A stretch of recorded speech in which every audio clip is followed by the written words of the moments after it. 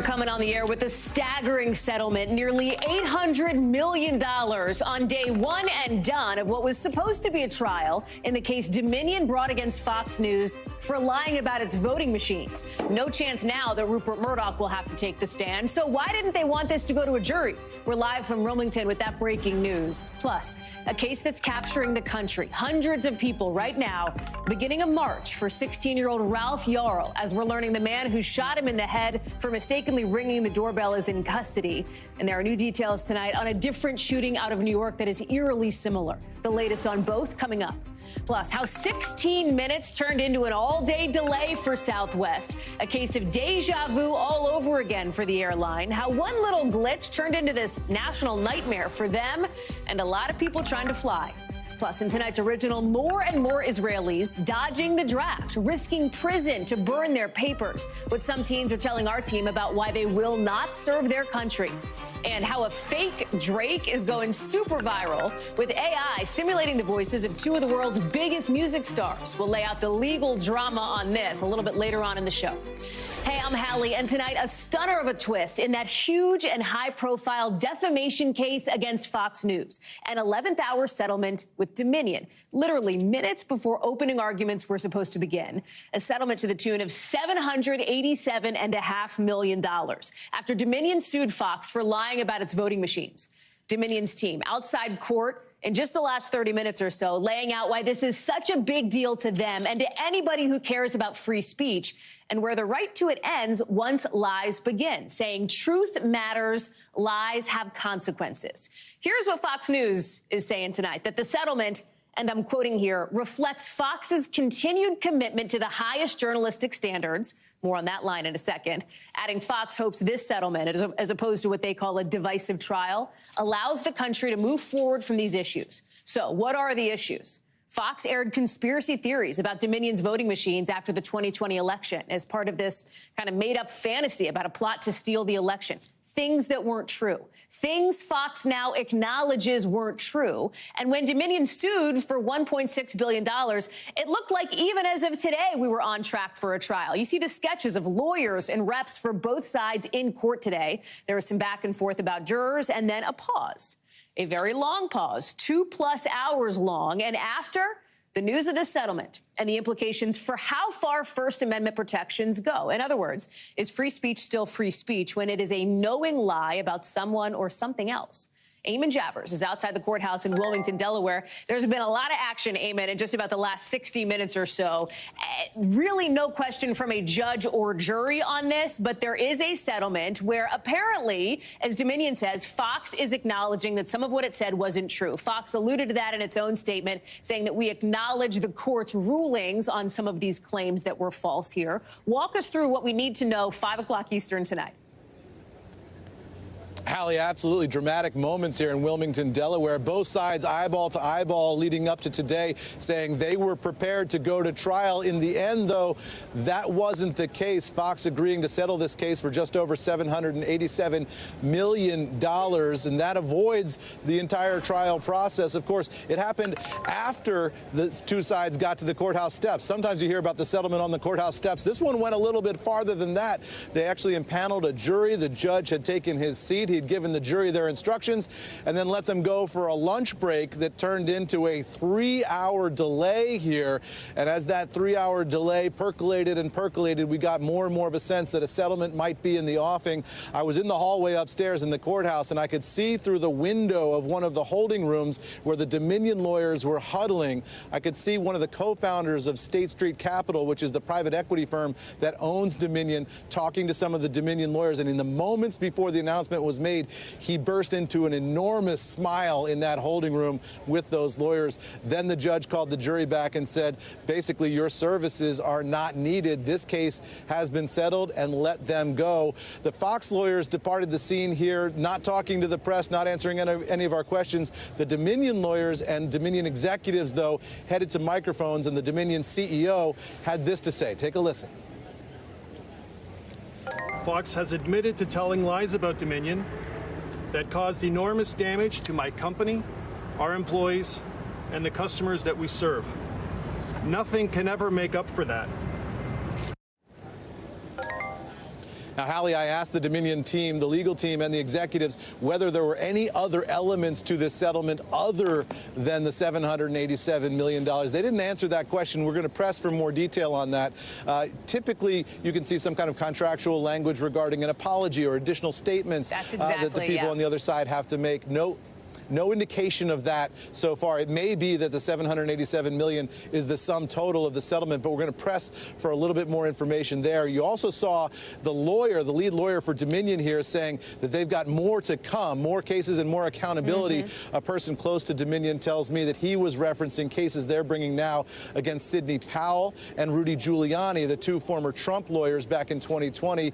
Dominion says here today that they're not done, Hallie.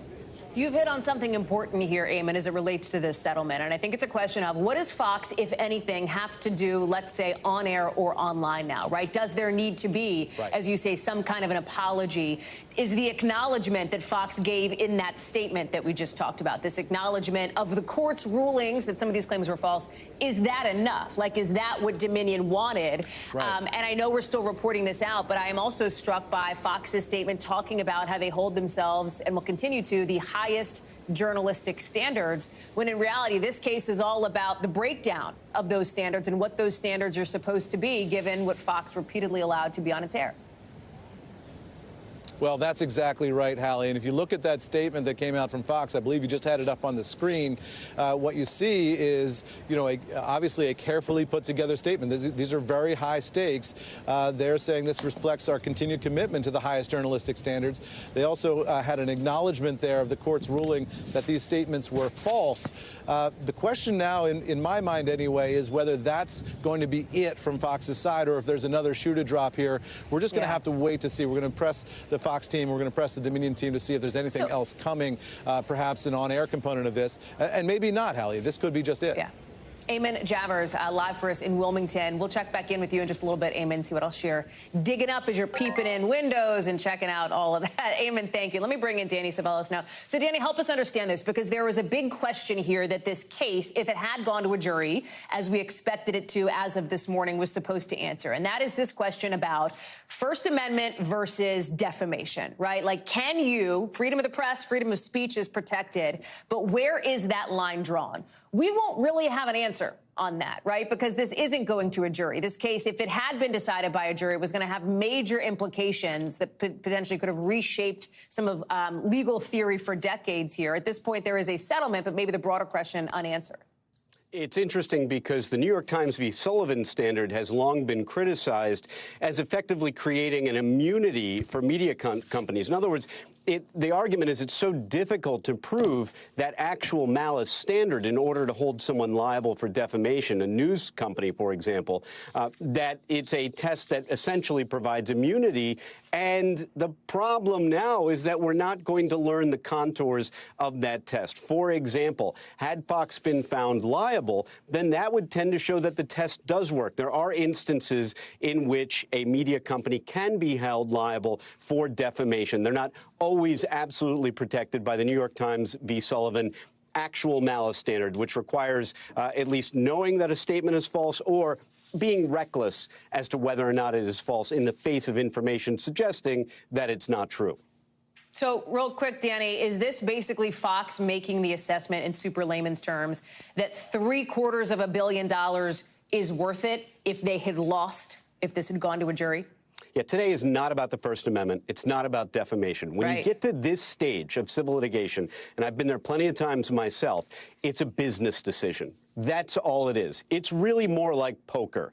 Either side is staring at each other like a couple of gunslingers in a $1 billion stakes battle, and someone is going to blink. In fact, someone blinks 99% of the time because in civil land, virtually no cases actually go to trial. And when the stakes are this high, the reality is neither side wants to take that risk. Although, because Dominion had the leverage, I suspect, although we may never know, that yesterday they told Fox, we're going to trial no matter what. And that day alone, that day of delay may have gotten them several million more dollars. That's how negotiation really works.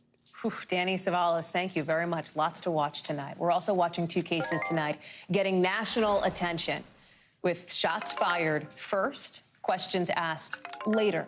One person hurt, another dead, each for making what seems like a simple mistake. In one instance, apparently ringing the wrong doorbell.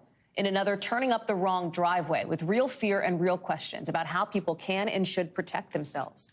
In Kansas City, we are learning tonight that 84-year-old Andrew Lester was in custody on felony assault charges and has now posted bail. You see here his new booking photo. He surrendered himself 5 days after shooting 16-year-old Ralph Yarl in the head and arm. Prosecutors say Lester fired his gun through a glass door when Yarl mistakenly rang his doorbell instead of a neighbor's when he was trying to pick up his twin brothers. Yarl is recovering at home right now with his family late tonight, meeting behind closed doors with the prosecutor in Clay County. His lawyer saying the family is satisfied with the charges and that they believe the prosecutor is sincere. As you're seeing live right now, supporters are speaking. We expect a march to begin in support of Yarl any minute, just hours after a bunch of his classmates walked out of school. Look.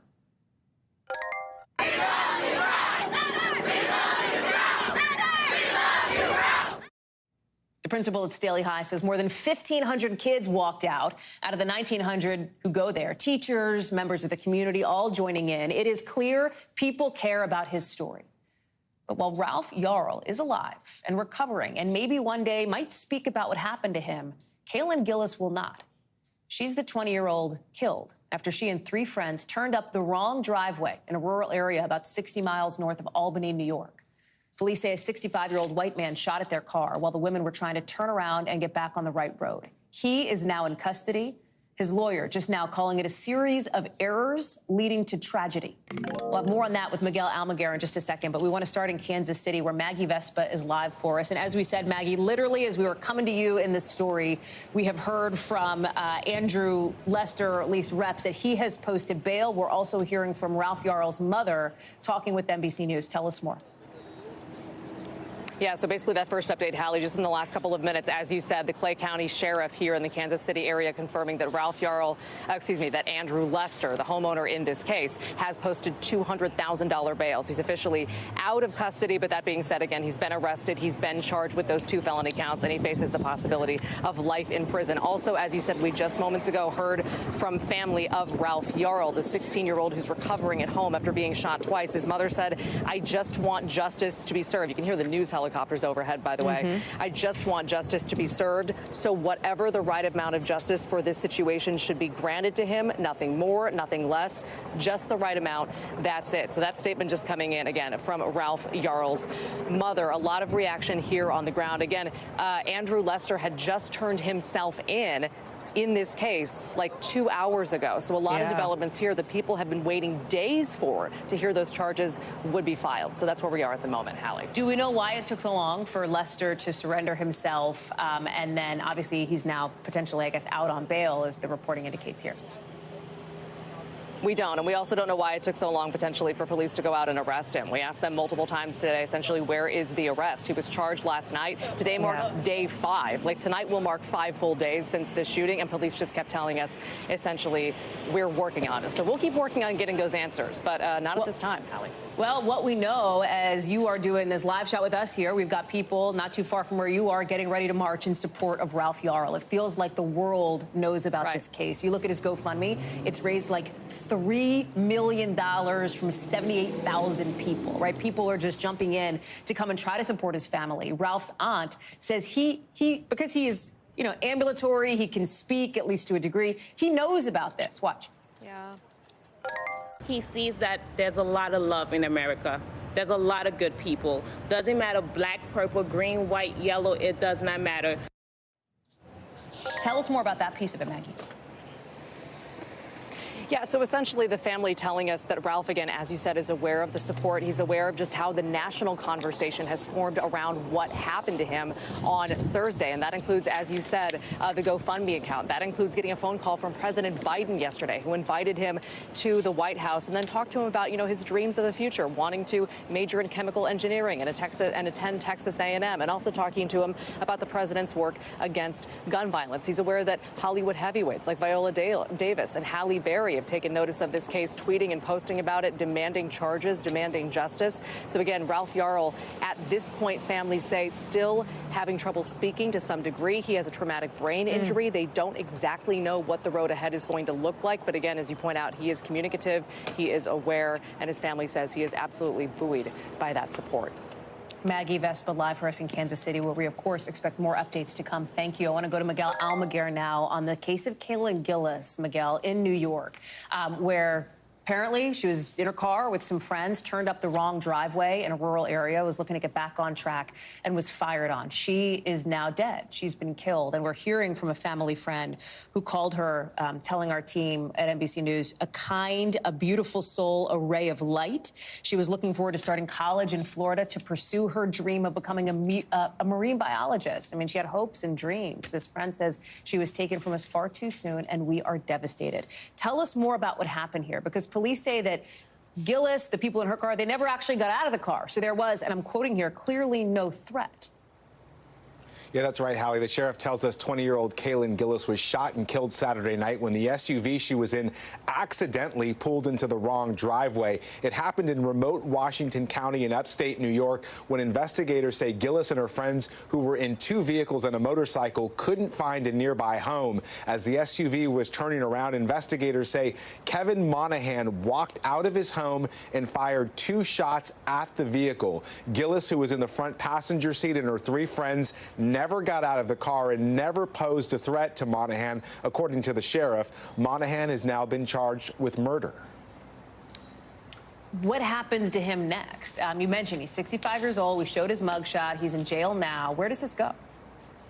So he's expected in court tomorrow. As we mentioned, he has pled not guilty. The district attorney is likely going to be asked that he be held in jail without bond. We've reached out to his attorney. He said this is a simple, there is much more to this story, but he would not elaborate about the shooting or why it occurred, Hallie. Miguel Almaguer live for us with those developments. Again, more to come on that front as well, we're sure. Appreciate it, Miguel.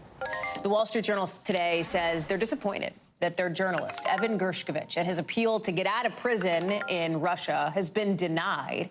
You can see some of these just stunning images of Gershkovich in court. He's in this, like, glass box, basically, the first time he's been seen in a couple weeks. That's him, obviously, in the blue plaid shirt. He's got jeans on. He's kind of got his arms crossed, making eye contact with some of the people in the room. This is a box, essentially, that's used to hold defendants in Russian courts. The U.S. ambassador to Russia, Lynn Tracy, was given access to Gershkovich. She talked outside of court today. Listen. I can report that he is in good health and remains strong despite his circumstances. Andrea Mitchell is joining us now. And Andrea, it is a telling moment to see Evan Gershkovich, this detained American journalist, going through the pretrial motions. I mean, it brings up, I think, for a lot of people, Brittany Griner, what happened with her. Obviously, in the U.S., people are innocent until proven guilty. Different scene, of course, in Moscow. Explain where this goes. Well, it doesn't go to a good place unless something miraculous happens. First of all, it's much more serious than Griner's charge. Griner was on a rather minor drug charge, which is very serious in Russia. This is espionage. And what we know from Paul Whelan's, tragic case, he's been in jail for 4 years of a 16-year sentence, convicted falsely of espionage. And basically, 99% of the people who go to trial get convicted. So, so all these pretrial hearings and his appeal was denied, bail was denied. So he's now back in that old KGB prison. And he's there till the end of May at the earliest for another pretrial hearing. The trial itself and then the sentencing, because he's going to get convicted. It's like Alice in Wonderland. You're on trial, you're convicted, chop off their heads. Well, that's the way it is in Russia. And so eventually, they won't even consider a trade, according to what they've said, at least, until after the whole legal process is through. Which is what they said with Griner. Well, they waited until their sentencing. So he could be in there for quite a time unless something really extraordinary happens. Meanwhile, there's the whole case of Paul Whelan. That's right. Which is still That, of course, is the other American who remains detained in Russia. Pressure building, and this family is hoping to continue to build pressure on the Biden administration to do something to get him out. But it's coming at this time, Andrea, as you well know, of just such tension with Russia over Russia's invasion of Ukraine. And we've seen Vladimir Putin basically visiting the front lines of this war here. The Ukrainian president, Volodymyr Zelensky, has as well in just the last maybe 24 hours or so.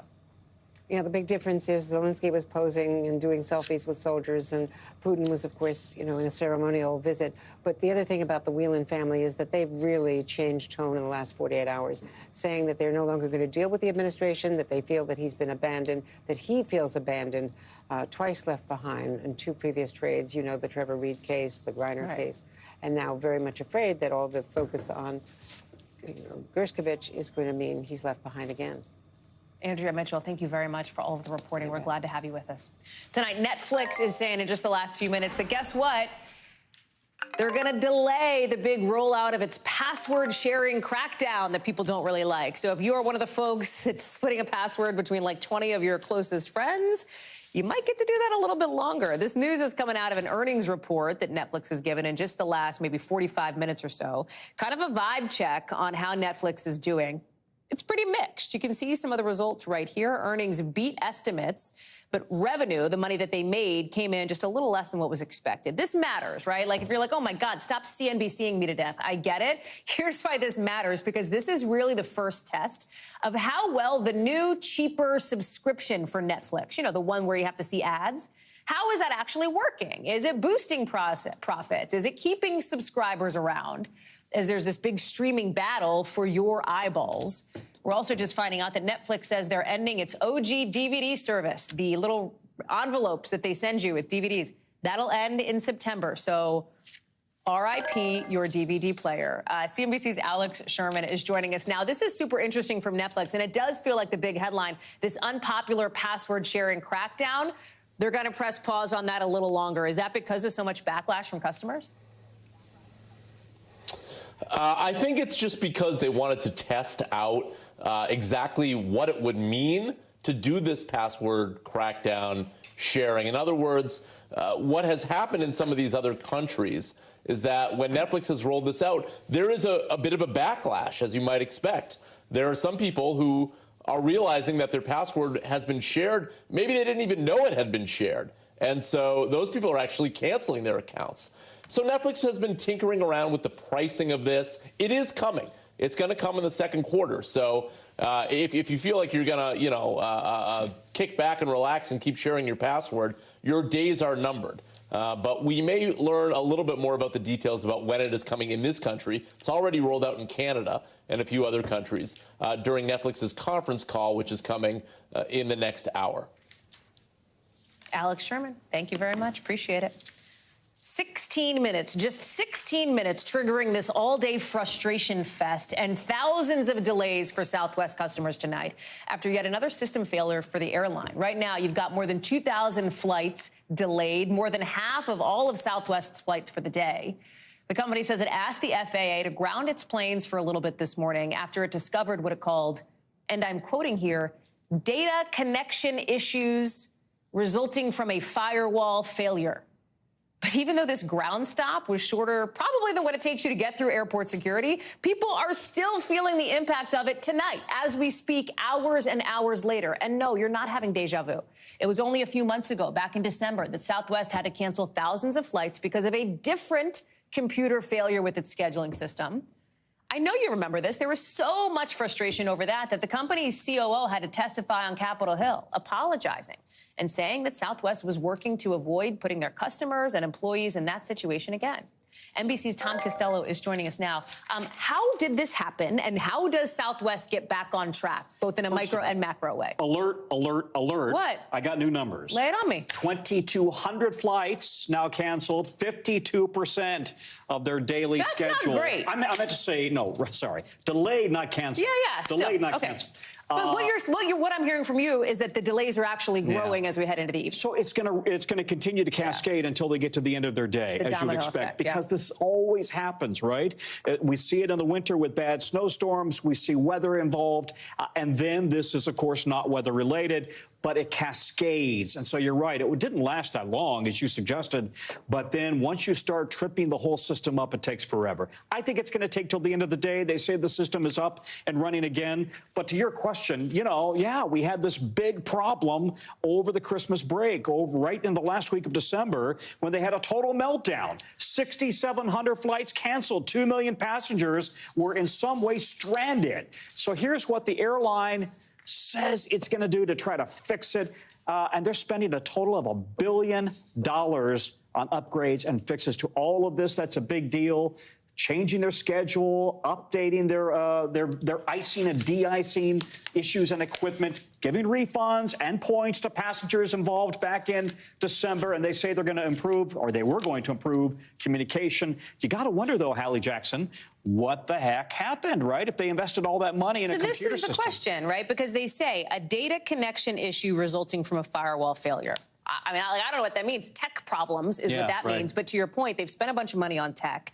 If it's not working for them, is there not a risk of a perception issue for Southwest, right? Like, can't my parents fly it up from Tampa all the time, right? But if they think, hey, who knows? Every time you do it, it could be rolled at ice. Isn't this an optics issue for them in addition to a technical issue? I think they've got the brand is at risk. The brand suffered significant issues last summer with all the meltdowns, again over the Christmas break, and now we've got this. I think they know they've got to get their game together. Now, listen, this may have been a one-off, completely unrelated to what happened in December. And if so, well, you feel bad for them that yet again they're victimized by some little technical glitch. But nonetheless, here we are talking about them again on the national news. And this impacts, of course, so many passengers. So I think they've got a serious issue. They got to get to the bottom of it. What do they say about it? They're saying they're working on it. They say it's resolved today, but we'll see, you know, whether this moves on to more days beyond this. Hopefully not. I will let you continue to monitor your fresh numbers. Tom Costello, thank you so much for being with us. Appreciate it. Coming up, a big moment, a major moment for Damar Hamlin. What the Buffalo Bills are saying today about when he's going to get back to the game 3 months after he collapsed on the field. Wait till you see this and wait till you hear what he said. Plus, what we're finding out tonight about when Alec Baldwin's movie Rust is going to pick production back up. That's coming up in the 5 Things.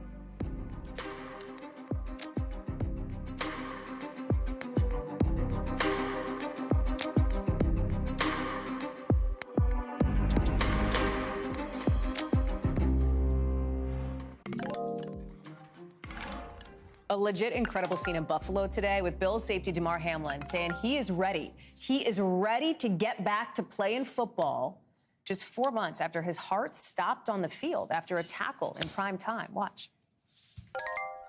Riding a roller coaster of emotions. I'm taking it one day at a time, and I'm trusting God, you know. I'm walking by faith. The Bills GM says Hamlin's been cleared by 3 specialists to play football and get back to team workouts, and said Hamlin is, I'm quoting here, in a great headspace to come back and make his return. We also heard Hamlin say this whole thing's been life-changing, but not the end of his story. Sam Brock is joining us now. It is almost unthinkably good news, right, for people who were watching that Monday Night Football game when Hamlin collapsed and how serious it was on the field and how serious this obviously heart stoppage was for him. And now here we are, not even 4 months later, and he's like ready to get back to playing football. People were wondering, could he even walk again? And now here we find out he's going to play.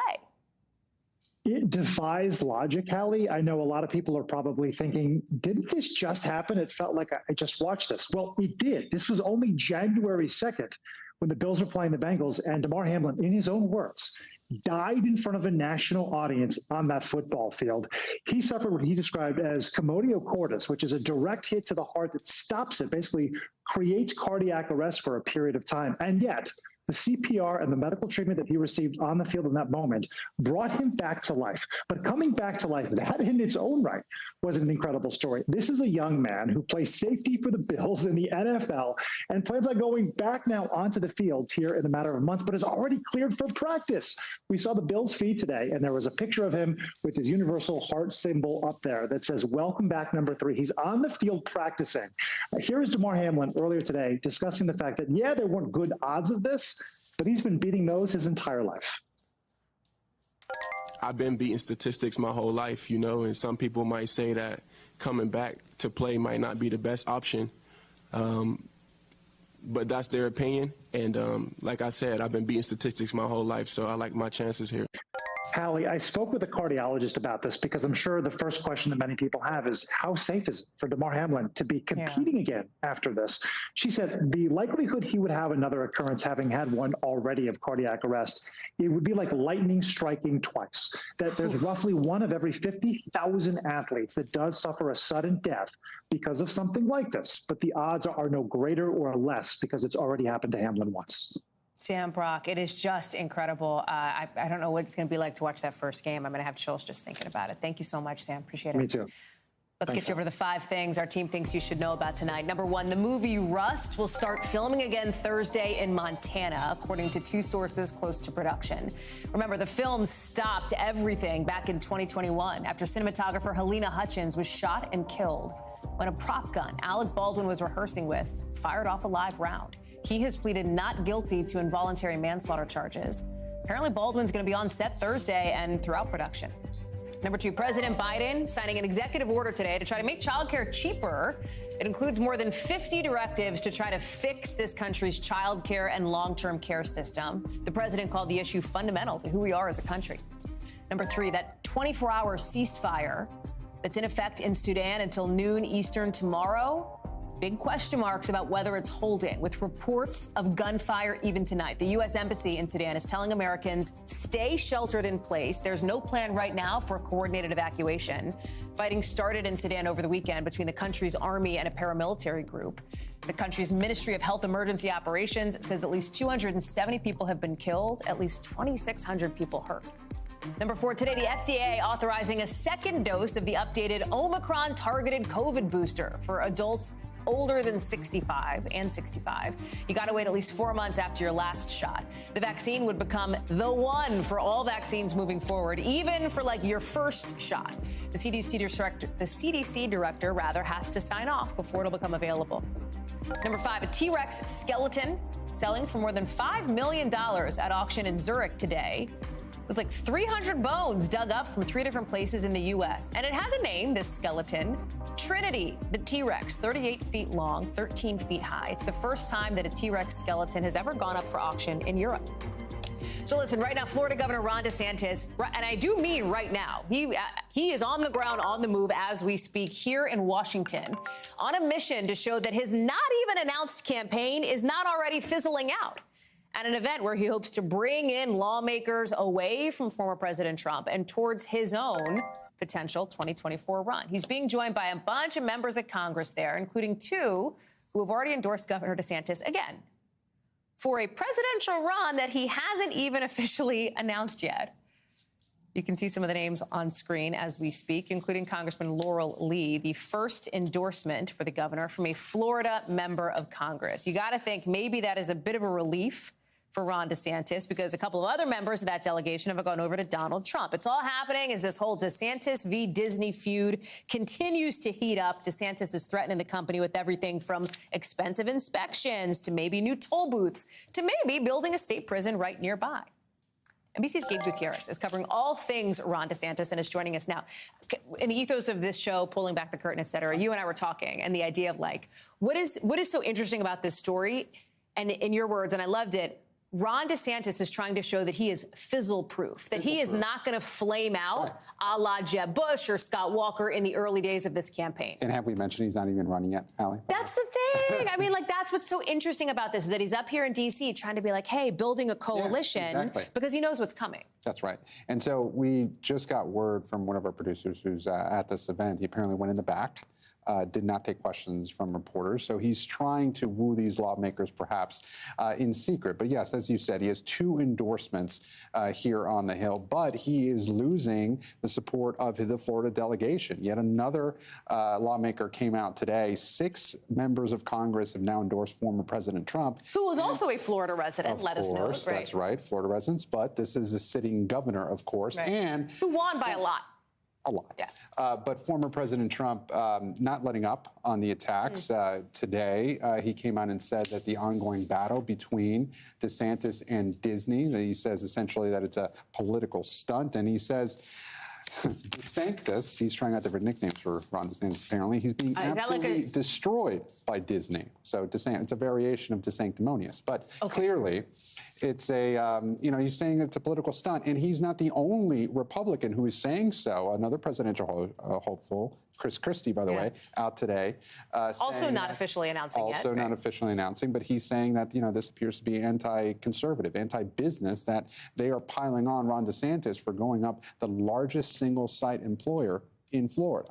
They're taking on this huge tourist attraction because Ron DeSantis doesn't like that Disney came out and spoke out against that controversial so-called Don't Say Gay law that he backed. There is reason for people in DeSantis's orbit to maybe not love the numbers that they are seeing, the polling numbers. And again, it's early days, but after Donald Trump was indicted and arraigned. The indictment bump, of course. That's what it was, though. In the Republican primary base, let's be clear, not among general election voters, which is going to matter for a general election. But you can see some of the numbers here, and you can see the endorsements that he's gotten.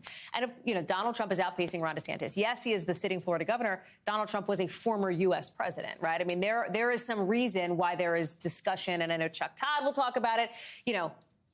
Does he need a reboot even before his campaign began? And that's, part of the reason he's here in D.C. today is to try and shore up that national GOP support. He's also trying to bolster other parts of his credential. By the way, he's going to a foreign trip next week. He's heading to Israel, as well as potentially Asia as well.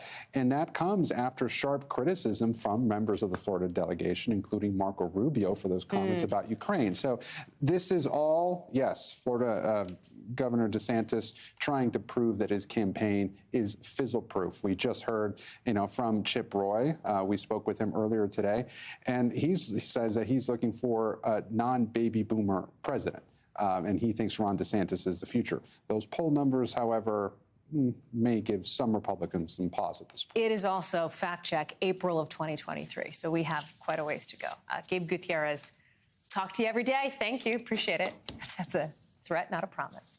When we come back, a bunch of top officials in Oklahoma. This story is just everywhere today, facing calls to step down over some really disturbing audio that's released. We'll tell you what they were caught saying and what the governor wants to see now.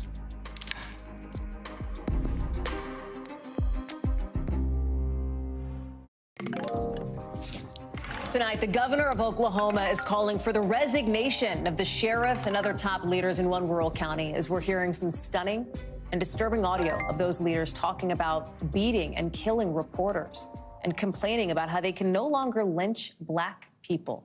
Listen to this clip from the McCurtain County Gazette-News of the sheriff and county commissioner.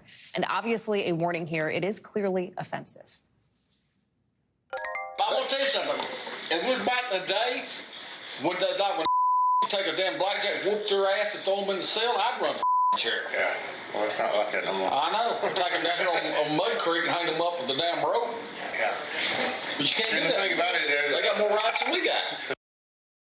We should note NBC News has not independently verified this audio. It's not just the governor talking about this. You're seeing pictures, video of people protesting at a county commissioners meeting, demanding that these leaders step down. NBC News could not reach for comment any of the four officials heard in that audio. The sheriff's office has said the recording was, in their words, illegally obtained and suggests it may have been altered. I want to bring in Morgan Chesky, who's covering this one for us. Walk us through how this has unfolded and what could come next here, because now you have it reaching the levels of the governor of Oklahoma basically saying, hey, these guys got to go. Yeah, Hallie, you've got the governor asking these four individuals to step down. You have the FBI, the Oklahoma Bureau of Investigators also looking into this as well. So it is interesting to see what will come next. What we do know is it's interesting how this all began as well, with the publisher or reporter for the McCurtain Gazette leaving this tape recorder outside at this county commissioners meeting with an audio recording, or it was voice recorded audio. And it was a suspicion on behalf of the publisher that these county commissioners or the sheriff were continuing to discuss business that should be made public after the, I guess, public moment had ended. And that is how we ended up hearing this egregiously offensive audio. As you mentioned, important to note, NBC News has not independently verified it. As for what happens next, we do know that they've been placed on leave, but no firm steps are at least clear at this point in time. Here's another portion of that audio, which has yet to be heard in its entirety, that I'd like you to take a listen to. Yeah, but here's the reality. If a hair on his wife's head for Willingham's hair, or any of those people that really were behind all that, if the hair on their head got touched by anybody, who would be the bad guys? Who do you blame for? Yeah. Now, I'd like to share a statement that was provided by the attorney for the Willingham family. They are the publishers for the McCurtain News Gazette. And it says, for nearly a year, they have suffered intimidation, ridicule, and harassment based solely on their efforts to report the news for McCurtain County. This, of course, is the primary source of news in this rural community about 200 miles southeast of Oklahoma City. Hallie? This is the second time that we've talked recently about police officers saying, or members of law enforcement saying things that are patently offensive, racist, like police officers out in California, in Antioch, we talked about, who are getting investigated for the FBI, by the FBI, for sending racist text messages. Do you have an update on that one? Hallie, there's a protest planned for tonight in that Bay Area community, and these are detailing text messages that go back as far as 2020 and 2021 that were made on officers' personal cell phones while they were on duty. The second report of 2 was released just this week, and we have heard department leadership call these text messages racially abhorrent. And the worst of all, Hallie, is that it involves 17 police officers in this department. Of course, this remains an ongoing investigation, but definitely keeping a close eye on the protests there, and also protests planned for the Oklahoma community of McCurtain. Hallie?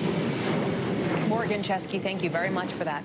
Coming up here on the show, much more, including why some young Israelis are burning their draft papers and even risking time in prison not to serve. That's next in tonight's Original. Plus, what we're learning right now about a parking garage that has collapsed in Manhattan. Stay with us.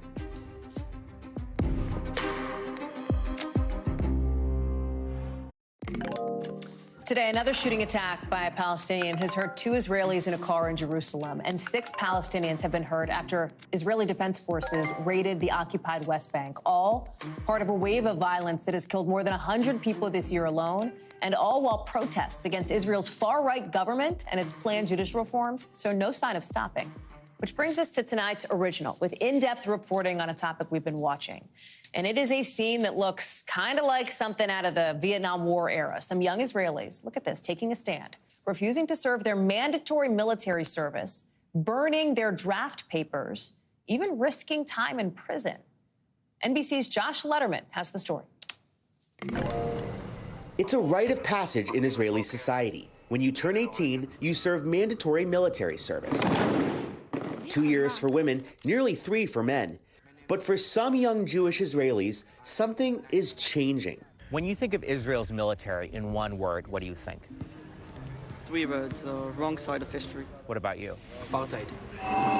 These teenagers are burning their draft letters, part of an unprecedented movement to refuse to join the army. For many, one of Israel's most cherished public institutions.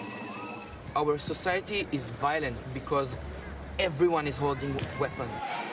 The spark that lit this fire, a proposal by the most right-wing government in Israel's history to weaken the nation's courts, giving politicians far more power. For 15 weeks, hundreds of thousands of Israelis have protested, even after Prime Minister Benjamin Netanyahu put the plan on ice, for now. He says refusal to serve is the end of our country. In Israel, refusing military service can come with a heavy price. I was imprisoned for a total of 115 days. I wouldn't say it was a good experience. It's a bad experience. I met people in prison who were arms dealers, rapists, murderers. Soon it will be Sophie's turn. She's about to hit draft age. Does hearing about that prison experience scare you? Yes, of course, but it doesn't deter me. It's a difficult experience that I'll have to have in order to fight for what I believe in. It's not just young Israelis saying no more. Some high-ranking officers, Air Force pilots, and die-hard patriots say Israel's rightward shift has pushed them to the breaking point. Ron Scherf served 10 years in the Special Forces and another 22 in the reserves. Is this just about the judicial overhaul, or something bigger? No, it's much bigger. It's about the greed for unlimited power. It's like the starting of a fascist movement. You think Israel could become a fascist country? I can't believe it, but it's going to be an undemocratic country. This is an especially fraught moment for Israel's military to be divided. Recent rocket attacks from Lebanon, Syria, and the Gaza Strip raising the specter of a multi-front war. Are Israel's enemies looking to exploit the domestic political instability here? Definitely. We see that. They're saying it out in the open that Israel is crumbling. As Israel celebrates its 75th Independence Day next week, an emotional debate about what this country may look like at 100. 32 years in the army to think that my daughter will not be part of this. I can't even imagine that. It's tearing us apart. Josh Letterman is joining us now from Tel Aviv. Josh, tell us more about this, right? I was struck by that interview where you're asking these young people in Israel, like, what do you, like, describe the military in a word or just in a few words here. Do they have to give a reason to the military about why they think they shouldn't have to serve? What are they telling them? They do have to give a reason, and some have tried to get medical exemptions or to get conscientious objector status, which is really difficult to get here in Israel. Some say that if Israel ceases to be a democracy, Hallie, they simply cannot, in good conscience, continue to be part of its armed forces. But a lot of these reservists are also raising a really interesting concern about potentially facing war crimes charges if this judicial overhaul goes through, because they say, look, Israel has traditionally defended itself by saying that it has an independent court system to deal with any infractions. They say if Israel is no longer seen as having independent courts, they could find themselves vulnerable in the international courts instead. Josh Letterman, live for us in Tel Aviv. Thank you so much for bringing us that original reporting tonight, Josh. Appreciate it. NBC News covers hundreds of stories every day, and because you couldn't possibly read or watch or listen to them all, our bureau teams have done it for you. This is what they tell us is going down in their regions in a segment we call The Local. At the Northeast Bureau, a parking garage, look at this, has collapsed in Lower Manhattan. Officials are reporting that somebody's been killed. 5 other people have been hurt. Apparently, people are still trapped in what's left of this building. Firefighters responded to the scene, but rescuers had to come out because of concerns of whether this building was structurally safe. We're going to stay on top of this story. We've got a team racing to that scene. We'll try to bring it to you live in just a couple of minutes. Out of our Southern Bureau, police in Austin, Texas, recovered a 4th body this year from a popular lake downtown. There is some speculation about what could the issue be here, but police say at this point there is no evidence of foul play. They also say that the circumstances in all the cases are different. Out of our Western Bureau, hikers on a mountain in Colorado are losing their shoes in so much snow. It's prompted 3 separate rescues in just the last week. The weather's getting warmer. That's making things worse because the snow is softer and people are sinking into it, ending up barefoot. Still to come, why a super viral song just got pulled from a bunch of streaming platforms. Next.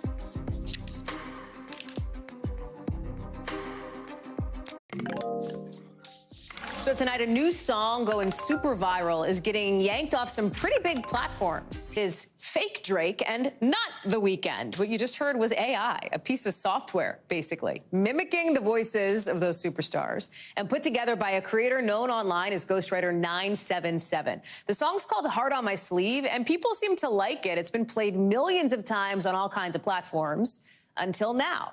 Because a music publisher for these artists is having the fake track pulled down off some legit services like Spotify, Apple Music, and Tidal.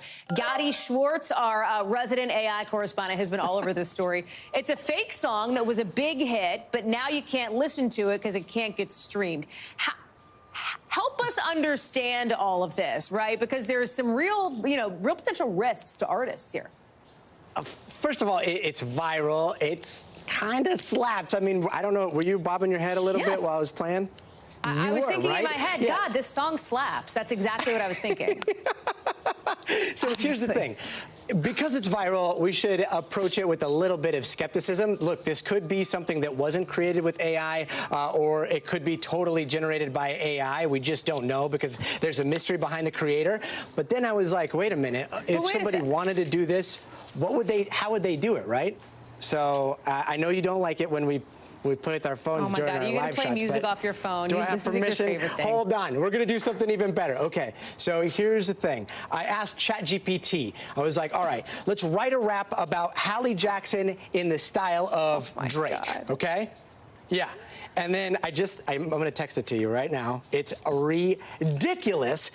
So then we're just going to go to this thing that I downloaded from the App Store, and then we're just going to tell me if you get it on your phone there. Here's Drake. On my phone? Okay. And I'm about to rap. Yes, I just did it. I just sent it to your phone. Ready? Okay, hang on. I got to go get my phone. Yeah, it's your boy Drake, and I'm feeling kind of fresh. Gotta give a shout out to the queen in the news. She's the best. Hallie Jackson, yeah, you know her name. She's on NBC, and she's killing the game. Then I press stop, generating voice. The AI is doing its thing. Yeah, it's your boy Drake, and I'm feeling kind of fresh. Gotta give a shout out to the queen in the news. She's the best. Hallie Jackson, yeah, you know her name. She's on NBC, and she's killing the game. I mean, it sounds like Drake with a really bad cold. Right? It is. It's a bop, dude. I mean, that rap also slaps. We just made it in like 5 seconds. Unhinged. I just want to say that. Also, that's that's insane. You just made up a song in 5 seconds. It sounded like Drake. I mean, that is exactly that. Like, kind of sounded like Drake. Right. That's exactly like the issue here. You know what I mean? That is totally the issue. What we just did right now, within a matter of a minute, is basically uncharted territory for the entire space of copyright law. This is where lawyers are like, wait, hold on. What's going on? And, you know, Universal Music Group, they saw what was going on. They put out a statement. They are asking a lot of those distributors to start pulling that down. I want to read a little bit of their statement here.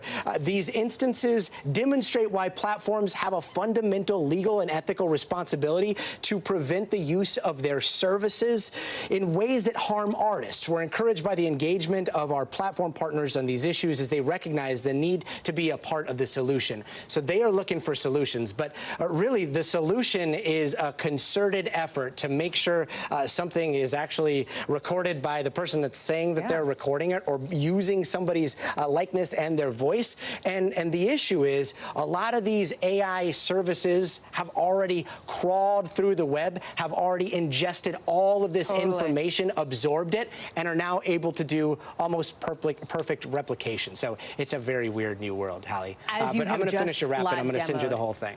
Dude, you got a side hustle ahead of you. I mean, like, I'm excited for DJ Jazzy Gotti. Like, it is a real thing for you, and I'm excited to be a part of your new empire. Gotti Schwartz, thank you. Oh, thanks. Very much. Appreciate you. We can catch more Gotti's reporting, of course, 8 Eastern on his own show called Stay Tuned Now. Wrap forthcoming on that. That does it for us for now. More news coming up next hour.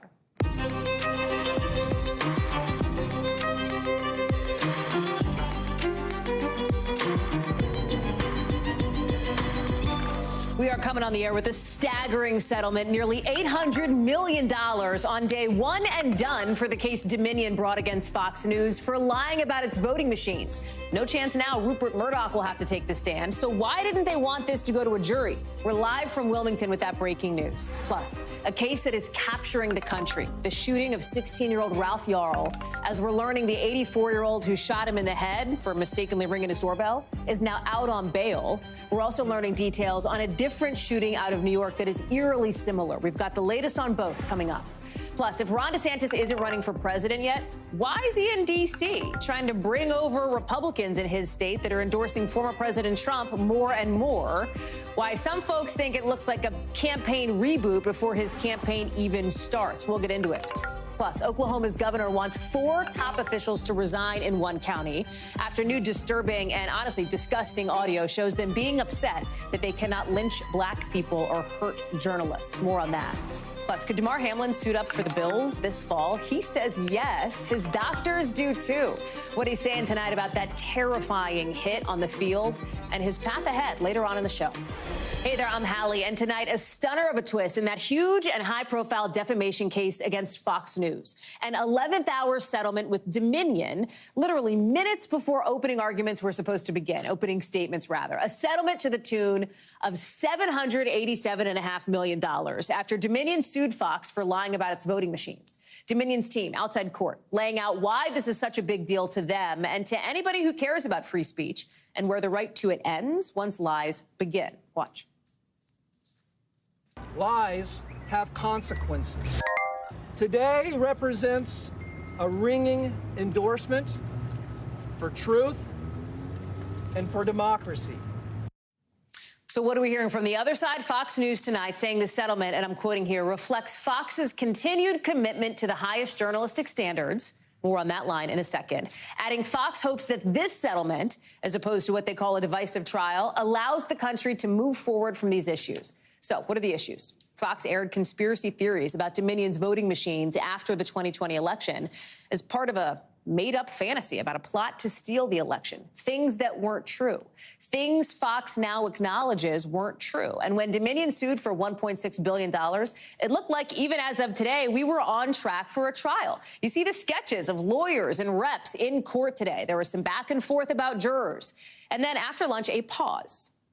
A very long pause, 2 hours long plus. And after this, the news of the settlement came out, along with implications now for how far First Amendment protections really go. In other words, is free speech still free speech when it is a knowing, intentional lie about someone or something else? Emily Aketa is outside the courthouse in Wilmington, Delaware. And Emily, all that said, today's settlement really isn't about those big, deep First Amendment issues, defamation issues. This is just about, frankly, money and Fox paying that money to not have to go through with this trial. Dominion isn't going to either here. Walk us through how we got here. Hallie, I'll tell you this, our NBC News team on the ground here, we were gearing up to hunker down for the next 5 to 6 weeks, the anticipated length of what would have been a high-stakes trial. And that high-stakes trial was just about to get underway. I mean, literally just about to get underway. So this morning, what had panned out was the jury selection process that was completed. And that was a process that wasn't without its own courtroom fireworks. After the 12 jurors and 12 alternate jurors were seated, one alternate proclaimed, "I can't do this," and that led to the replacement of that juror. But the real 11th hour drama came in after the jury was dismissed for recess. They were supposed to be called back into the courtroom around 1:30 p.m. for opening statements, the official process, the start to the trial. But then minutes passed, then it turned into hours, and we were waiting, begging the question of what was going on, what was leading to this delay, leading to some serious speculation of could there be a settlement in the works here? Well, just before 4 p.m., we got our answer for the judge. He came in and he announced that the parties had resolved their case. He profusely thanked the jurors in the room, saying that they had done their duty and the case was resolved because of them. Dominion took to the courthouse steps just behind me, a matter of feet, afterwards to really explain and break down what that $787 million settlement stands for. Take a listen. Fox has admitted to telling lies about Dominion that caused enormous damage to my company, our employees, and the customers that we serve. Nothing can ever make up for that.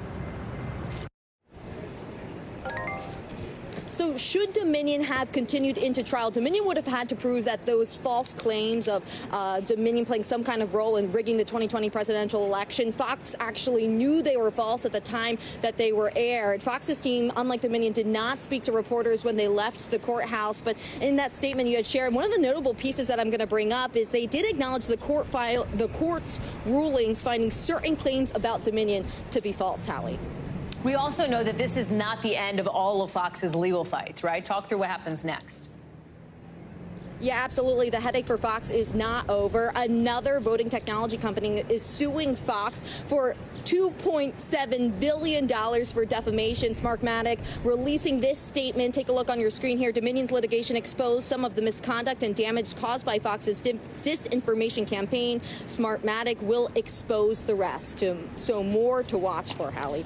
That is for sure. Emily Aketa with a wild day in Wilmington. Emily, thank you. Let me bring in Danny Savalos now. We heard Dominion CEO say that nothing can make up for Fox lying. $750 million is still a lot of money.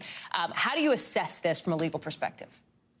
Oh, that amount of money will make them whole. He's just not saying that at the press conference, because the reality here is that if you're the plaintiff's attorneys, you know you're at the finish line. Now it's about negotiating the top dollar from a defendant who needs to settle the case. It is rare that there is such an imbalance when it comes to leverage. Dominion held all the cards. Fox held none of them. I suspect that's what Dominion was doing, simply taking a we're going to trial or bust attitude for no other reason, I suspect, than to up the offer. And only when I think Dominion realized, well, this may be getting close to the point where Fox says, the heck with it, we'll just go to trial. It's too much money. That's when Dominion decided to settle this case. But make no mistake about it, I believe they were both going to settle this case. It was a foregone conclusion.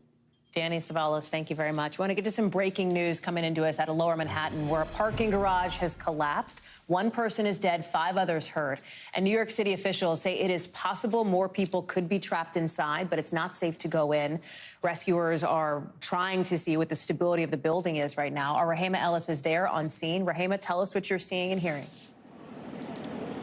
Hallie, what I can tell you is authorities believe this building is not stable. They had firefighters inside. They removed them because of the precarious nature of the stability or instability of this building. So what they're doing instead, they're using drones and robotic dogs inside the building to make certain no one else is inside. Authorities believe that they've gotten everyone out. There were 6 garage workers inside, as you pointed out. One of those workers has died. 4 of them were injured and were taken to the hospital, reportedly in good condition. One of those workers refused to be taken to the hospital. This happened just at the start of rush hour here in Lower Manhattan. So the parking garage is just down the street behind me. This area is cluttered right now with fire trucks and rescue crews. And it's a difficult situation because this is the oldest part of Manhattan, so the streets are extremely narrow. So everything is blocked off. They're doing their best to go through this parking garage, a 4-story garage that collapsed from the top and went down. They think everyone is out, but they're continuing the search with robotic dogs and a drone to make certain of that. It's going to be a long night here, Hallie. Yeah, I was just going to say, Rahema, timeline, right, for when they might be able to send people back in, when they might know that the structure is safe enough to do so. It sounds like we don't really know at this point. They have no idea of that right now. The building inspections would have to be undertaken in order for that to happen. And they're not going to send any building inspectors into this structure at this point. Again, this thing was collapsing. It led to 1 person dying, 4 people being injured, another person who refused treatment. But we've got a fatality here. They want to make certain there are no other fatalities as a result of this building collapse. So it'll be a long time before they send any building inspectors inside. For now, they're letting the mechanical dogs and drones do the searching for them.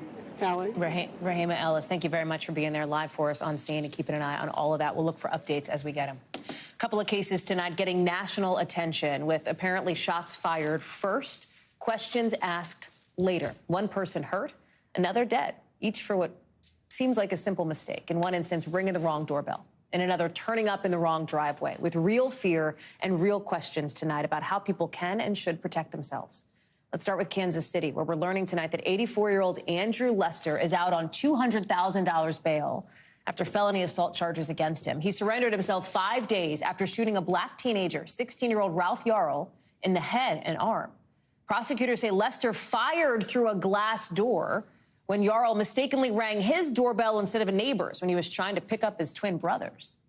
His mother, Yarl's mother, telling NBC News in the last hour that she just wants the right amount of justice to be served, she says. Nothing more, nothing less.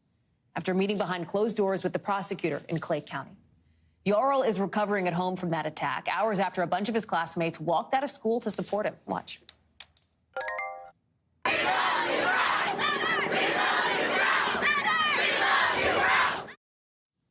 The principal at Staley High says more than 1,500 kids walked out. About 1,900 go to the school in all.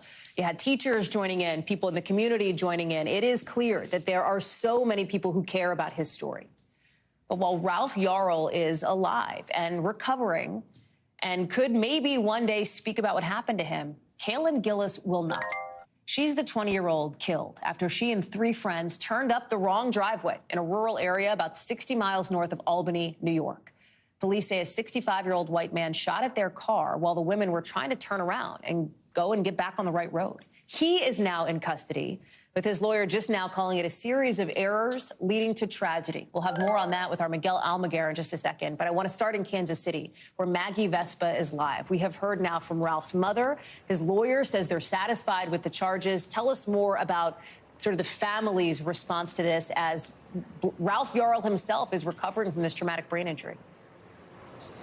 Right, Hallie. Ralph Yarl, as you know, is at home, discharged from the hospital on Saturday after having brain surgery for that TBI, that traumatic brain injury that you're talking about. The family has been waiting for this news, for this moment, for the charges to be filed, which we saw yesterday, 2 felony charges, including first-degree assault, which could carry a lifetime sentence. And then they've been waiting for Andrew Lester to be taken into custody. And as you said, that happened earlier today. He has since posted $200,000 bail and is now out on that bail. But at the same time, again, this is slowly starting to move forward, which is what people in the community have been demanding. It's what the family has been demanding. We have a rally, a march in support of Ralph forming like 2 blocks from here. People have been walking by with signs saying they're still demanding justice, because while we're seeing these kind of incremental steps of progress, Hallie, people are aware, as is the family, that this is far from over.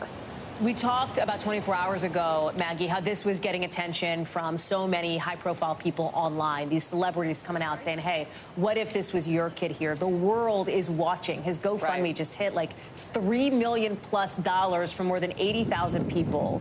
And Ralph Yarl's aunt says he is aware of this. I want to play that.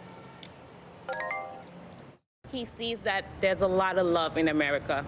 There's a lot of good people. Doesn't matter black, purple, green, white, yellow, it does not matter. This has touched a nerve with so many people, not just in Missouri, obviously, but far beyond.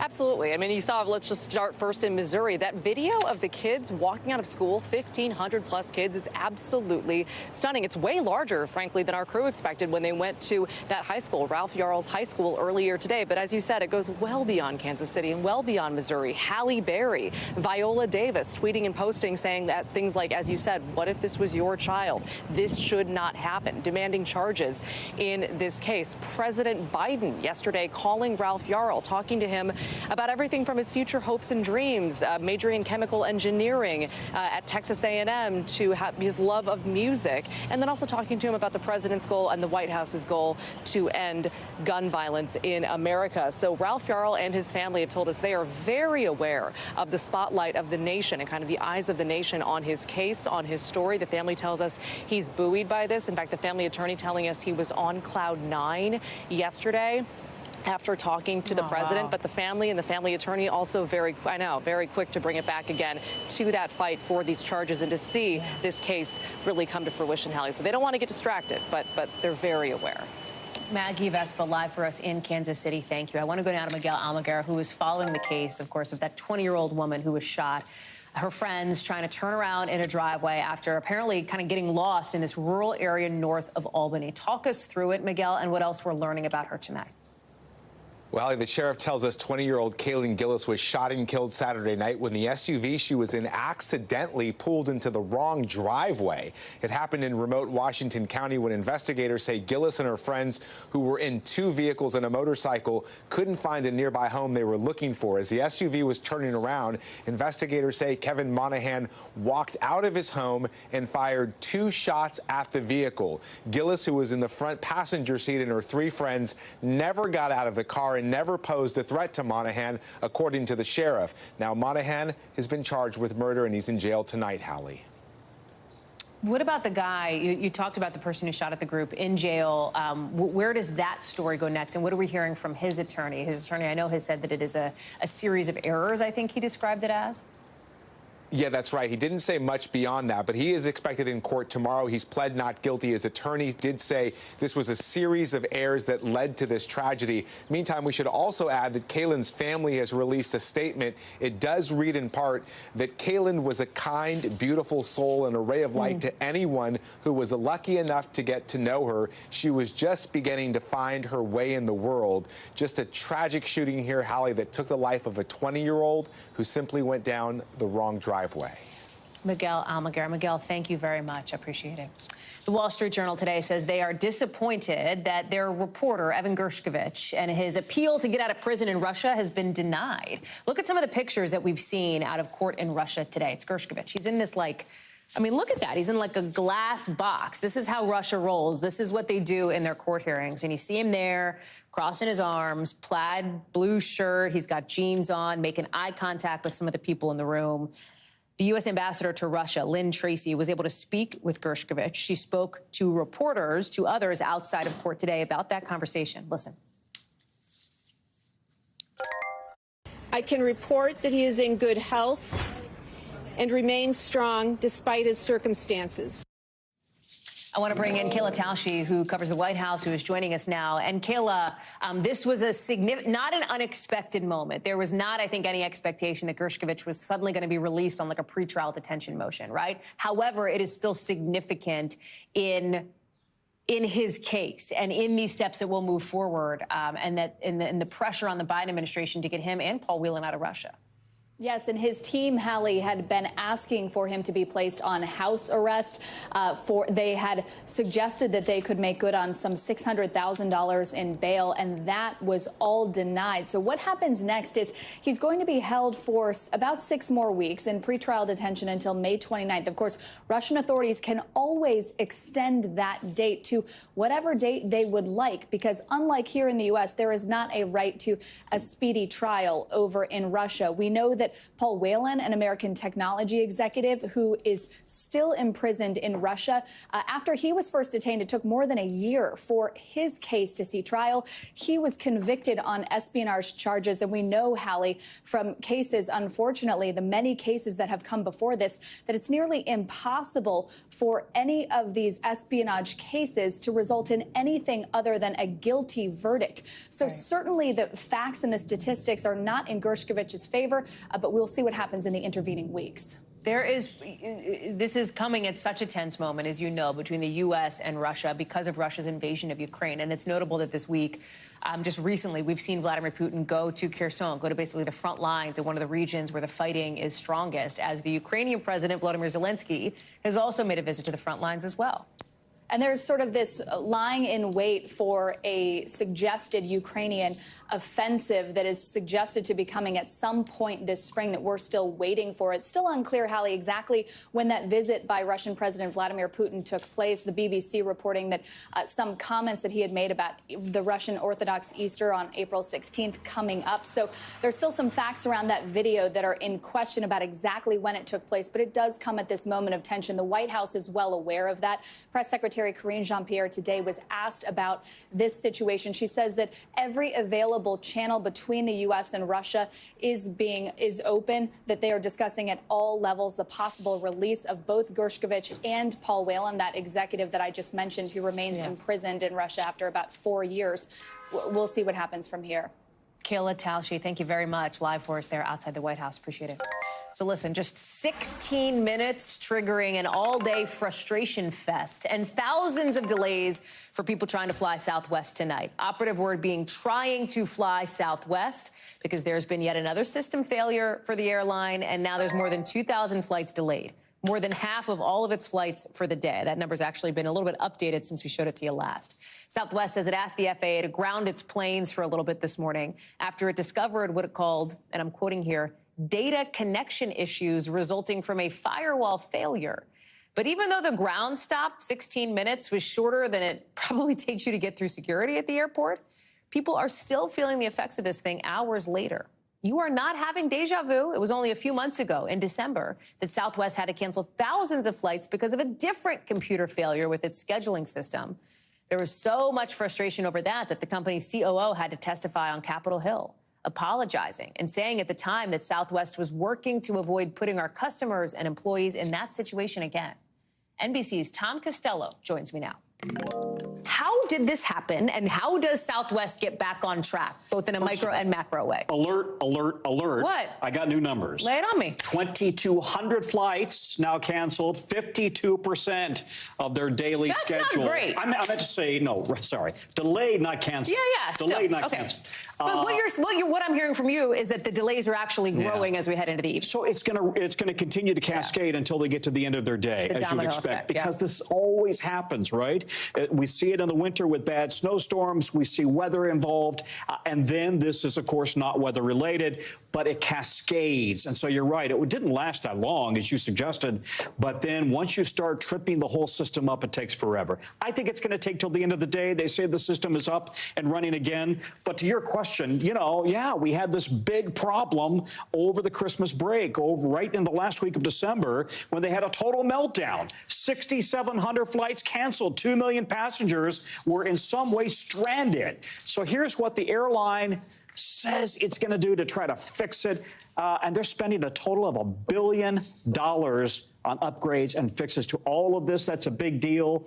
Changing their schedule, updating their icing and de-icing issues and equipment, giving refunds and points to passengers involved back in December. And they say they're going to improve, or they were going to improve, communication. You got to wonder, though, Hallie Jackson, what the heck happened, right? If they invested all that money in a computer system. So this is the question, right? Because they say a data connection issue resulting from a firewall failure. I mean, I don't know what that means. Tech problems is what that means. But to your point, they've spent a bunch of money on tech. If it's not working for them, is there not a risk of a perception issue for Southwest, right? Like, can't my parents fly it up from Tampa all the time, right? Yeah. But if they think, hey, who knows, every time you do it, it could be roll the dice. Isn't this an optics issue for them in addition to a technical issue? I think they've got the brand is at risk. The brand suffered significant issues last summer with all the meltdowns, again over the Christmas break, and now we've got this. I think they know they've got to get their game together. Now, listen, this may have been a one-off, completely unrelated to what happened in December. And if so, well, you feel bad for them that yet again they're victimized by some little technical glitch. But nonetheless, here we are talking about them again on the national news. And this impacts, of course, so many passengers. So I think they've got a serious issue. They got to get to the bottom of it. What do they say about it? They're saying they're working on it. They say it's resolved today, but we'll see, you know, whether this moves on to more days beyond this. Hopefully not. I will let you continue to monitor your fresh numbers. Tom Costello, thank you so much for being with us. Appreciate it. Coming up, a major moment for Damar Hamlin. What the Buffalo Bills are saying about his return to the game months after that on-field cardiac arrest. Plus, the new study being called a major wake-up call for middle and high schoolers. That's coming up in the 5 Things.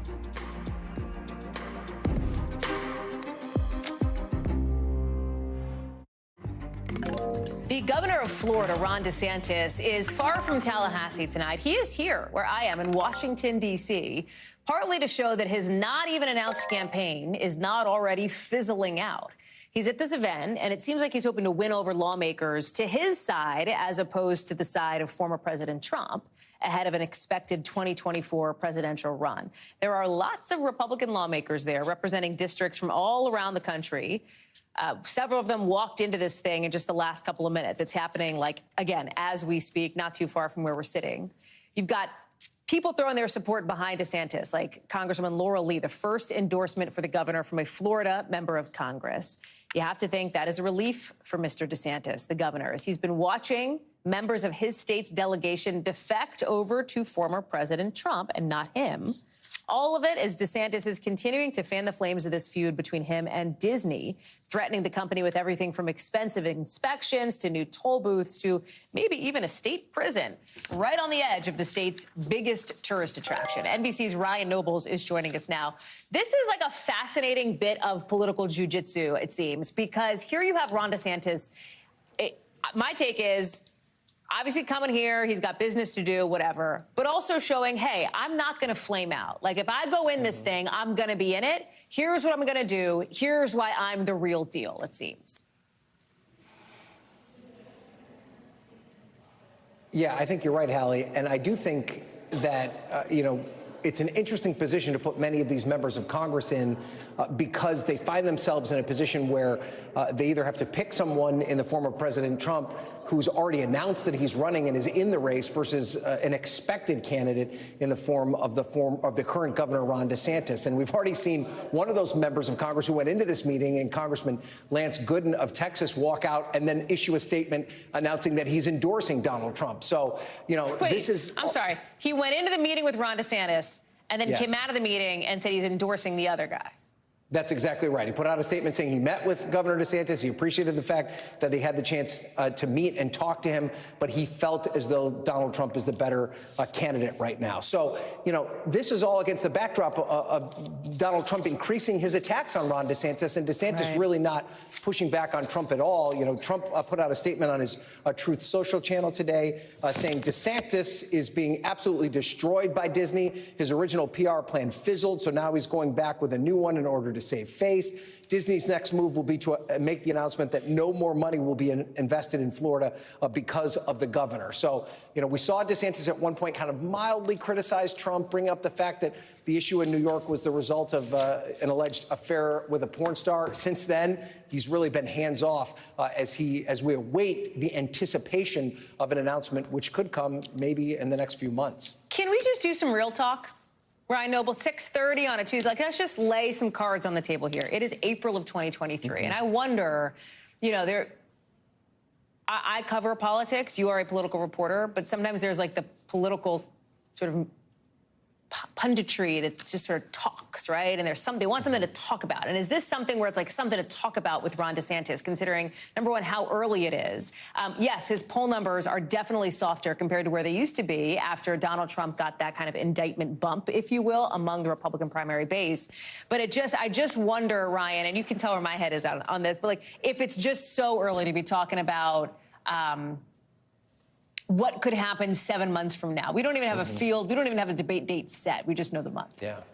I think you're absolutely right. And I think that, you know, the point that you're making, that it is so early, cuts both ways. Yes, to what you're alluding to, there's still an opportunity for Ron DeSantis to gain some ground, catch some momentum, and make this a real race. There's also a scenario by which he gets buried before he even gets out of the gate. We're not going to know the answer to that question until he's an official candidate. And, you know, I spoke quietly to one of his advisors last week who talked to me about how, you know, they believe that the race is ultimately only going to be a two-man race. And when there's a two-man race, because Donald Trump has what is a very solid core of support, a lot of loyalty within that 35% of the base, there's still 65% of the electorate that isn't 100% sold on him, and that's the opportunity for Ron DeSantis. So, you know, the idea here is that these primary voters don't have to be in love with Ron DeSantis. They just have to like him a little bit more than Donald Trump.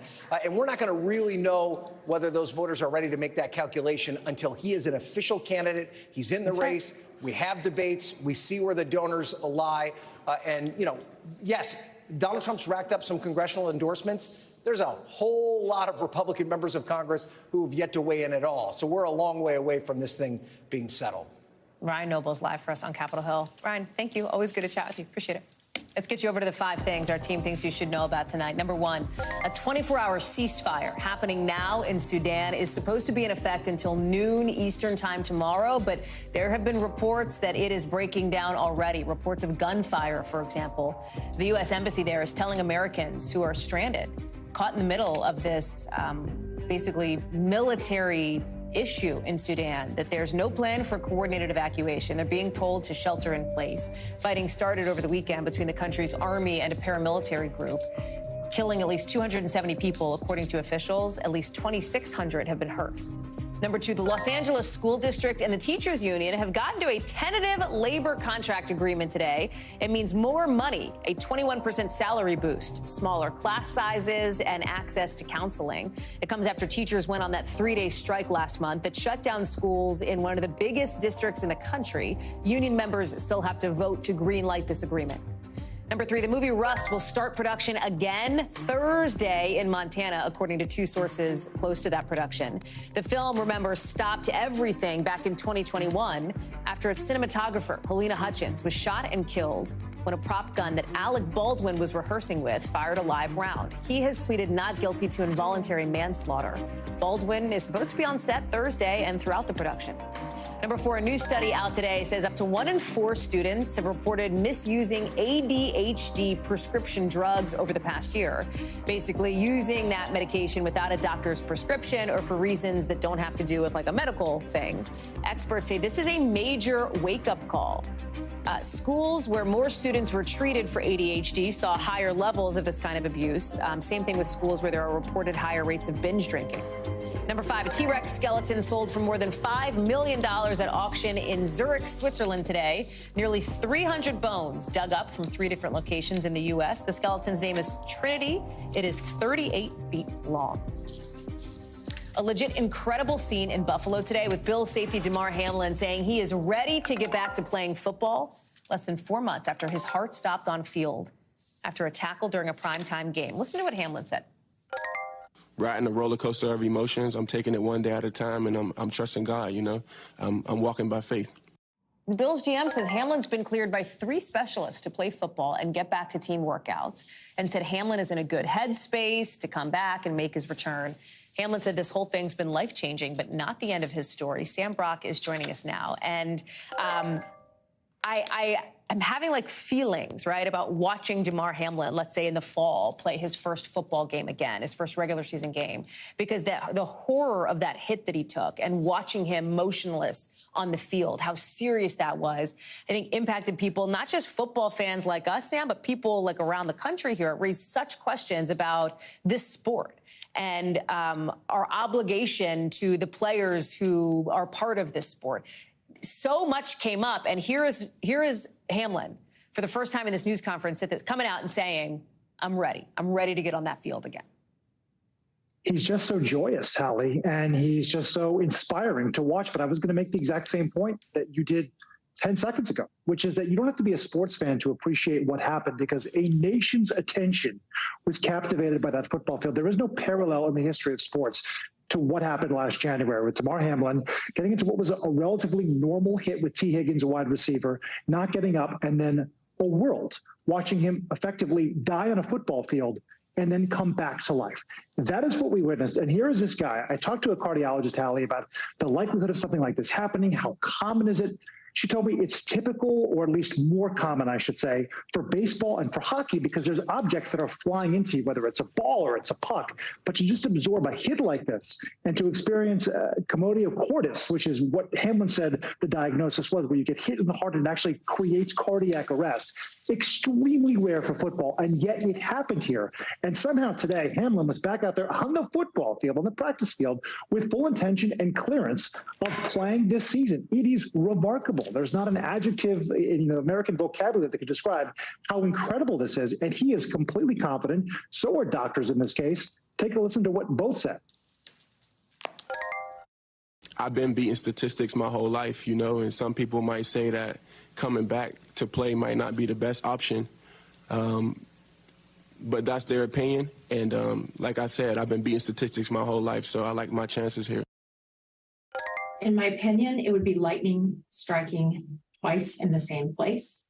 We know that about one out of 50,000 athletes experience sudden death in the United States. And so certainly it could happen again to any one of the athletes who we see participating.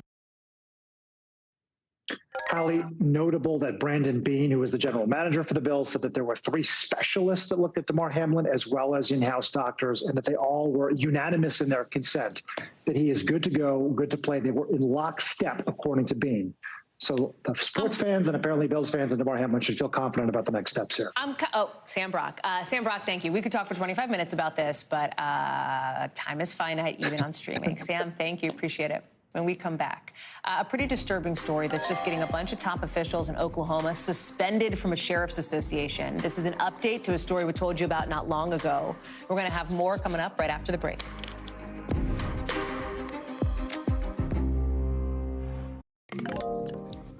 Tonight, we are just learning that 3 top law enforcement officials in one rural county in Oklahoma are getting suspended from the Sheriff's Association in that state after stunning and frankly disturbing audio appears to show these leaders talking about beating and killing reporters and complaining about how they can no longer lynch black people. You now have the governor calling on these officials to resign. It appears that they still have their actual jobs for right now, but those calls for them to step down are getting louder and louder. Listen to this clip from the McCurtain County Gazette News. It's the sheriff and county commissioner, and there's an obvious warning here. This is clearly offensive. It is disturbing. Listen. I'm going to tell you something. If we was back back in the day, would they, like when take a damn blackjack, whoop their ass and throw them in the cell, I'd run for sheriff. Yeah, well, it's not like that no more. I know. Take them down here on Mud Creek and hang them up with the damn rope. Yeah. But you can't do And the that. thing about it is, they got more rights than we got. We should note NBC News has not independently verified this audio. It's not just the governor of Oklahoma talking about this. You can see people there protesting at a county commissioners meeting, demanding that these leaders step down. NBC News could not reach any of the 4 officials heard in that audio for comment. The sheriff's office says the recording was, in their words, illegally obtained and says it may have been altered. I want to bring in Morgan Chesky, who's covering this for us. So now you have this suspension from, let's be clear, the Sheriff's Association. That does not mean it is a suspension from their jobs. It does not appear at this point. Talk about what the next steps could be here as you now have the governor saying, hey, these people should step down. Yeah, Hallie, the next step could very well be the jobs of these 4 McCurtain County officials caught in that recording. The entirety of that recording obtained by the publisher of the McCurtain Gazette. They claim to have it in their possession and that they've shared it with the FBI, with the Oklahoma investigators, but they have not released it in its entirety, so we're only hearing clips right now. You mentioned that association in Oklahoma has suspended them. We do have a statement from that organization I'd like to share. This is the Oklahoma Sheriff's Association, and they say that this morning the association board of directors met in an emergency meeting to discuss the recent events in McCurtain County. With a unanimous vote and following the OSA bylaws, Sheriff Kevin Clardy, investigator Alicia Manning, and trust administrator Larry Hendricks were suspended from the Oklahoma Sheriff's Association. So this investigation is ongoing, Hallie, and we're hearing piece by piece of this audio that was picked up by a voice recorder that is activated when someone starts talking. And it had been left in this county commissioners meeting by a reporter for the paper because they were afraid that official business was still going after it appeared to close. And here's some more of what they captured. Take a listen. Yeah, but here's the reality. If a hair on his wife's head, Chris Willingham's head, or any of those people that really were behind all that, if the hair on their head got touched by anybody, who would be the bad guys? Who'd be blamed for it? Yeah. And in that portion of the recording, Hallie, you essentially hear those individuals appearing to threaten or allude to potential threats against the reporter and or publisher of that paper who did leave out that audio recording device. We've since heard from attorneys representing the Willingham family, the publisher of the McCurtain Gazette, and they say in part for nearly a year, they, referring to the Willingham family, have suffered intimidation, ridicule, and harassment based solely on their efforts to report the news for McCurtain County. Hallie? Morgan Chesky, thank you very much for that reporting. Appreciate it. Coming up here on the show, why some of the young Israelis are burning their draft papers and even risking time in prison. That's next in tonight's Original. Plus, a big moment for India today. We'll tell you what Apple has to do with it.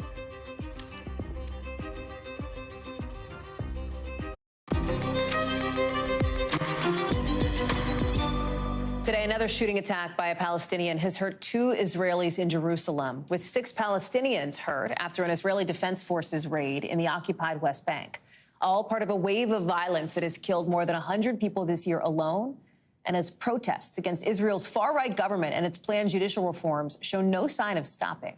That brings us to tonight's Original, with in-depth reporting on a topic we've been watching. And tonight, it is a scene that looks like, frankly, something out of the Vietnam War era. Look at this. Some young Israelis burning their draft papers, refusing to serve their mandatory military service, even risking time in prison. NBC's Josh Letterman explains. It's a rite of passage in Israeli society. When you turn 18, you serve mandatory military service. 2 years for women, nearly 3 for men. But for some young Jewish Israelis, something is changing. When you think of Israel's military in one word, what do you think? 3 words, wrong side of history. What about you? Apartheid. These teenagers are burning their draft letters, part of an unprecedented movement to refuse to join the army. For many, one of Israel's most cherished public institutions. Our society is violent because everyone is holding a weapon. The spark that lit this fire, a proposal by the most right-wing government in Israel's history to weaken the nation's courts, giving politicians far more power. For 15 weeks, hundreds of thousands of Israelis have protested, even after Prime Minister Benjamin Netanyahu put the plan on ice for now. He says refusal to serve is the end of our country. In Israel, refusing military service can come with a heavy price. I was imprisoned for a total of 115 days. I wouldn't say it was a good experience. It's a bad experience. I met people in prison who were arms dealers, rapists, murderers. Soon it will be Sophie's turn. She's about to hit draft age. Does hearing about that prison experience scare you? Yes, of course, but it doesn't deter me. It's a difficult experience that I'll have to have in order to fight for what I believe in. It's not just young Israelis saying no more. Some high-ranking officers, Air Force pilots, and diehard patriots say Israel's rightward shift has pushed them to the breaking point. Ron Scherf served 10 years in the Special Forces and another 22 in the reserves. Is this just about the judicial overhaul or something about bigger? No, it's much bigger. It's about the greed for unlimited power. It's like the starting of a fascist movement. You think Israel could become a fascist country? I can't believe it, but it's going to be an undemocratic country. This is an especially fraught moment for Israel's military to be divided. Recent rocket attacks from Lebanon, Syria, and the Gaza Strip raising the specter of a multi-front war. Are Israel's enemies looking to exploit the domestic political instability here? Definitely. We see that. They're saying it out in the open that Israel is crumbling. As Israel celebrates its 75th Independence Day next week, an emotional debate about what this country may look like at 100. 32 years in the army to think that my daughter will not be part of this, I can't even imagine that. It's tearing us apart. Josh, tell us more about this, right? I was struck by that interview where you're asking these young people in Israel, like, what do you, describe the military in a word or just in a few words here. Do they have to give a reason to the military about why they think they shouldn't have to serve? What are they telling them? They do have to give a reason, and some have tried to get medical exemptions or to get conscientious objector status, which is really difficult to get here in Israel. Some say that if Israel ceases to be a democracy, Hallie, they simply cannot, in good conscience, continue to be part of its armed forces. But a lot of these reservists are also raising a really interesting concern about potentially facing war crimes charges if this judicial overhaul goes through, because they say, look, Israel has traditionally defended itself by saying that it has an independent court system to deal with any infractions. They say if Israel is no longer seen as having independent courts, they could find themselves vulnerable in the international courts instead. Josh Letterman, live for us in Tel Aviv. Thank you so much for bringing us that original reporting tonight, Josh. Appreciate it. A lot more to get to here on the show, including the global here. NBC News covering hundreds of stories every day. And since you couldn't possibly read or watch or listen to them all, our foreign desk has done it for you. Here's some of what they're watching in a segment we call The Global.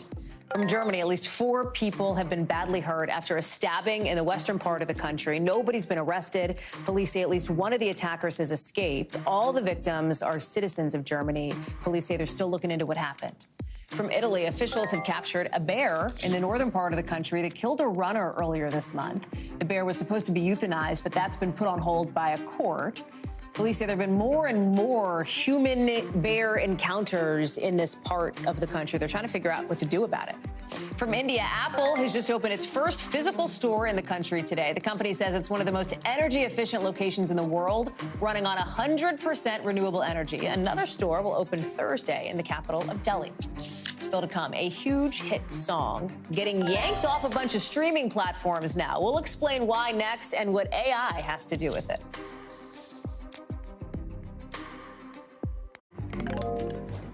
Tonight, a new song going super viral is getting yanked off some pretty big platforms. It's giving Drake vibes. That's giving Weeknd vibes. Turns out it is neither one of them. It is fake Drake. It is not The Weeknd. What you just heard was AI.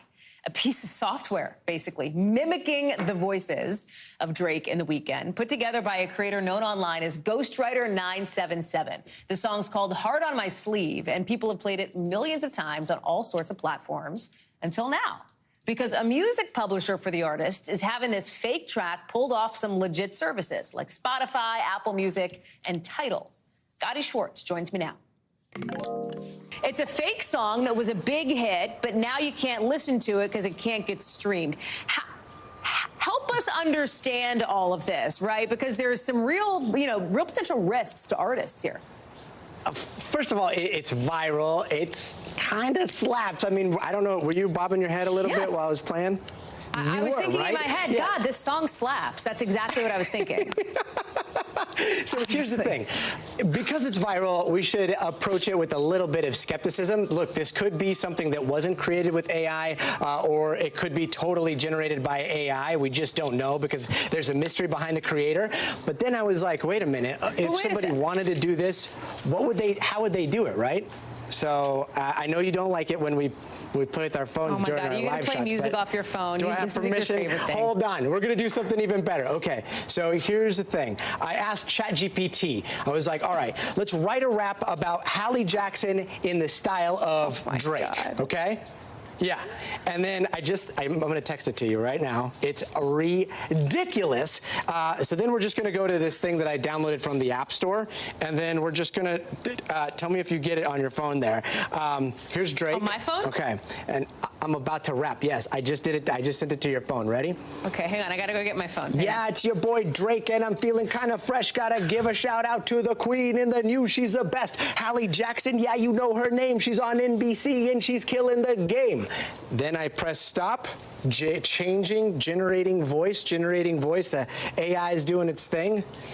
Yeah, it's your boy Drake, and I'm feeling kind of fresh. Gotta give a shout out to the queen in the news. She's the best. Hallie Jackson, yeah, you know her name. She's on NBC, and she's killing the game. I mean, it sounds like Drake with a really bad cold, right? It is. It's a bop, dude. I mean, that rap also slaps. I love you. We just made it in like 5 seconds. Unhinged. I just want to say that. Also, that's that's insane. You just made up a song in 5 seconds that sounded like Drake. I mean, that is exactly kind of sounded like Drake. Right. That's exactly like the issue here. You know what I mean? That is totally the issue. What we just did right now, within a matter of a minute, is basically uncharted territory for the entire space of copyright law. This is where lawyers are like, wait, hold on. What's going on?